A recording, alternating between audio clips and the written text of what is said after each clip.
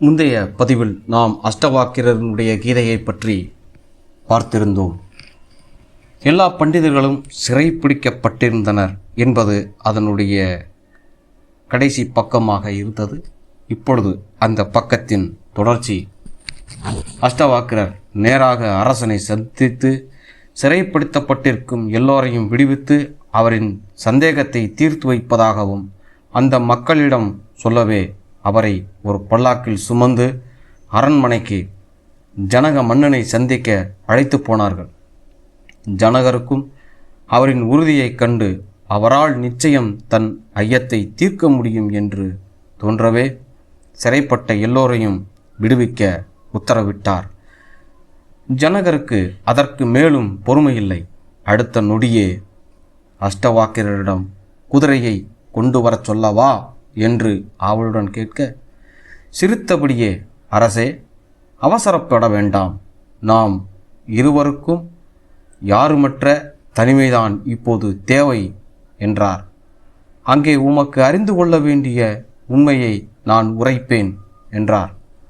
ஒரு பல்லாக்கில் அஷ்டவாக்கியரும் அரசன் குதிரையுமாக எல்லோரும் சூழக்காட்டை நோக்கி புறப்பட்டார்கள். வனத்தை அடைந்ததும் அரசரிடம் உடன் வந்த பரிவாரங்கள் அத்தனையும் திரும்பி போகச் சொன்னார் அஷ்டவாக்கியர். நாம் இருவர் மட்டும் தனித்திருக்கலாம் என்று வேண்டிக் கொண்டார். மன்னனும் எல்லோரையும் அனுப்பிவிட்டு குதிரையின் சேணத்தில் ஒரு காலும் தரையில் மறுகாலுமாக தயாராக நின்றபடி, இன்னும் தாமதிக்க வேண்டாம் முனிவரே, உண்மையை எனக்கு அருள தயை புரிய வேண்டும் என்றார்.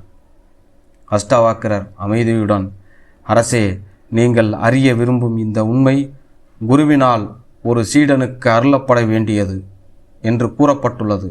நாம் இருவரும் அப்படி சம்பந்தப்பட்டிருக்கிறோம் என்பது உண்மைதானா என்று கேட்டார்.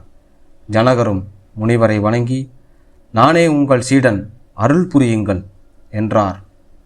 மறுபடியும் முனிவர், ஜனகா, உண்மையான சீடன் என்பவன் தன்னையும் தன் உடைமைகளையும் குருவுக்கு அர்ப்பணம் செய்ய வேண்டுமே என்று கேட்டார். ஜனகரும், அப்படியே அர்ப்பணிக்கிறேன் என்று தன்னையும் தன் உடைமைகளையும் அர்ப்பணம் செய்தார். அஷ்டவாக்கியரும், அப்படியே இருப்பாயாக என்று சொல்லி அடுத்த கணம் மறைந்து போனார். ஜனகர் மரம் போல அசையாமல் அப்படியே நின்றார். சூரியன் மறையும் வரையிலும் மறைந்த பின்பும் அந்த இடத்திலேயே முனிவருக்கு அர்ப்பணித்தபடியே நின்று கொண்டிருந்தார்.